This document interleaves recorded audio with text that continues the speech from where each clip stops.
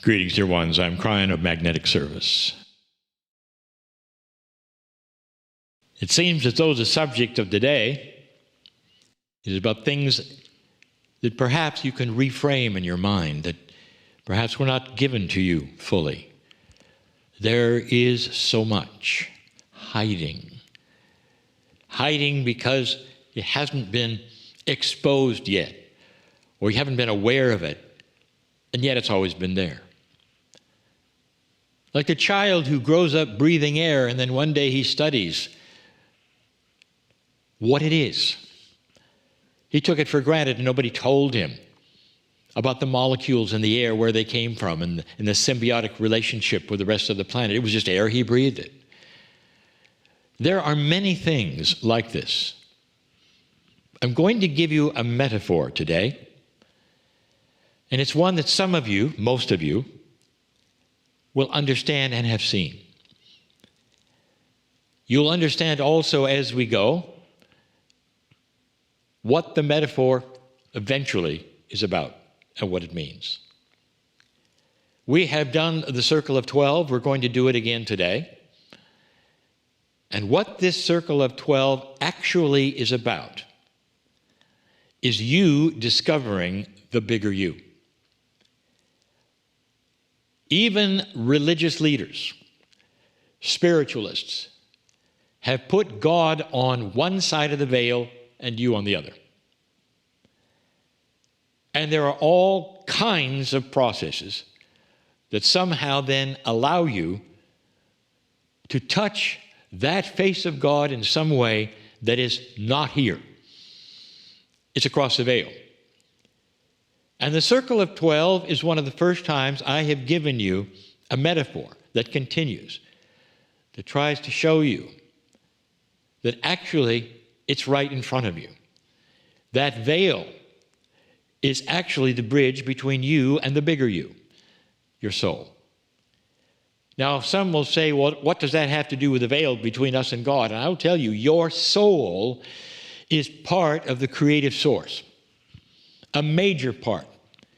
If you can touch that which is your soul, you are in that space that mostly is on the other side of the veil.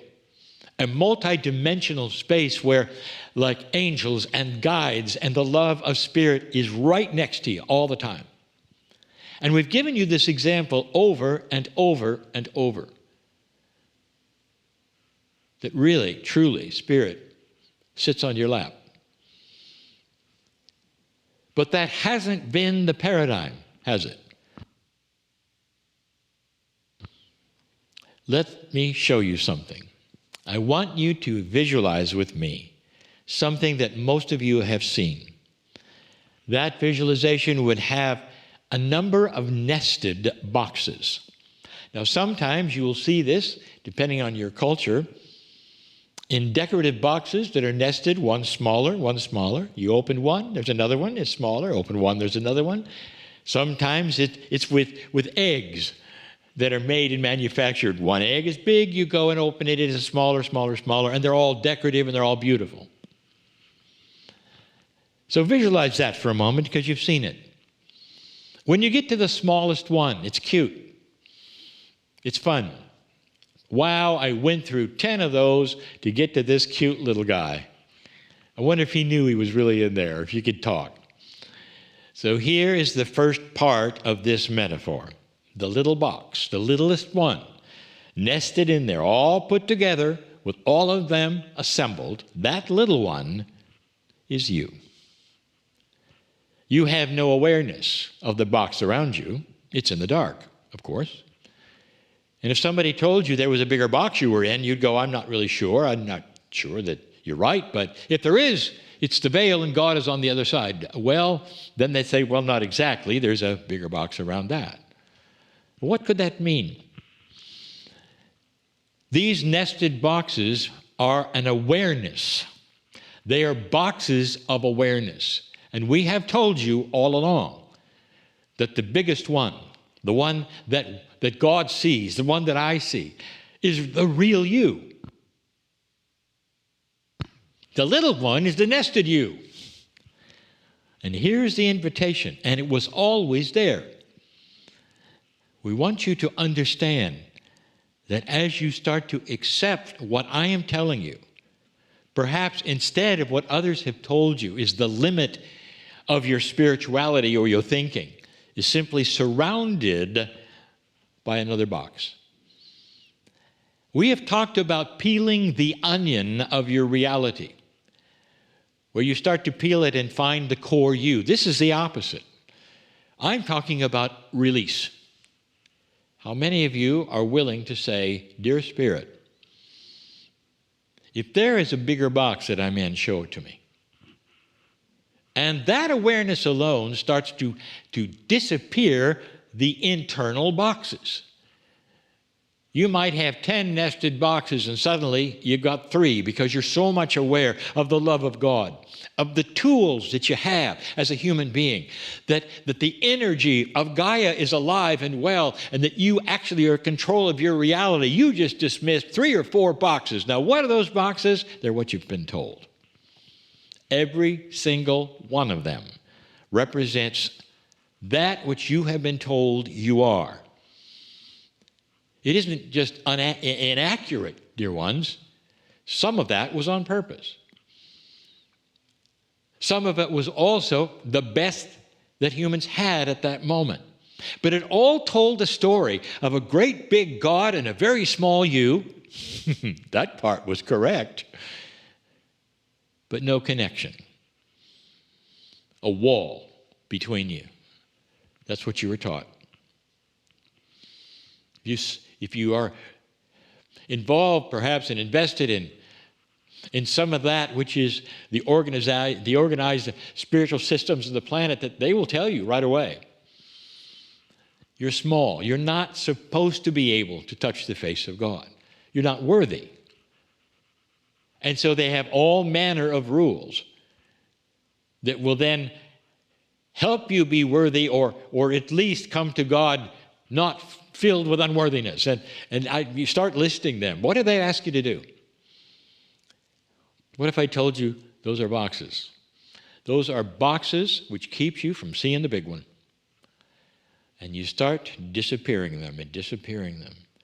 And you get to that place and you say, what if I could cross the bridge to the real big one? And that one is the soul. Now let me tell you something else about this metaphor, which is magic. As you start to then dissolve the boxes around you, you become the box around you. You get bigger. So a nested set of 10 becomes a nested set of 5. Because the box in the middle is starting to dissolve the boxes around it, and it's getting bigger and bigger and bigger, and now you've got perhaps just 1. Welcome to the circle of 12. So if you followed this, here you are, a much bigger box, nested in one other. There's the soul of the human, which is the big one, and you, the one that's in 3 dimensions that you know well. But you're very close, and you can feel it. You've dismissed all the limiting things that you've been told, and here you are. Crossing that bridge is something we'll do today, and we do it every single Wednesday. And we've done it for almost 100 episodes. All the time, this has been the metaphor of you touching the bigger box. But more than touching it, what happens to you, and I'm going to paint you a picture. When you cross the bridge, that 3-dimensional box is dissolved temporarily.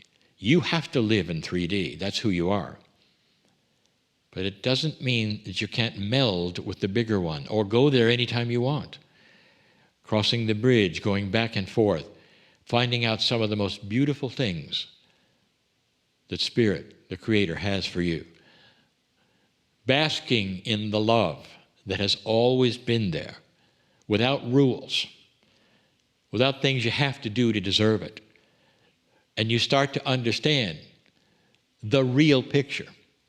The actual core truth is this: God is in love with you and created you in love. and has given you free choice to find that. Not a bunch of rules that say that you're not supposed to. Not a bunch of rules that say you're unworthy. Not a bunch of rules that say that you're doomed as you're born. That was never, ever the core truth. That's the humans making their truth apply to you. That's all human stuff, dear ones. That's humanism 101. Punishment, reward, bad, good. All of those things have nothing to do with the love of the Creator for you. So here you sit and stand, perhaps on the bridge. Perhaps you finally understand that bigger box is you in an alliance with the Creator, your soul. That is the truth. Anytime you want, the Creator has His hand outstretched saying, why don't you come to that bigger box for a while, visit your soul for a while. And sooner or later, they meld together. So every day of your life, you're walking between and inside until they meld together. And that is called ascension. This is where you are right now. In the scheme of this planet, you might say in the planning that you set up a long time ago before you got here. What if this was all true? I want you to sit and feel that love I'm telling you about. Tonight, a little later, we'll go across the bridge. I'll take you there again. And so it is.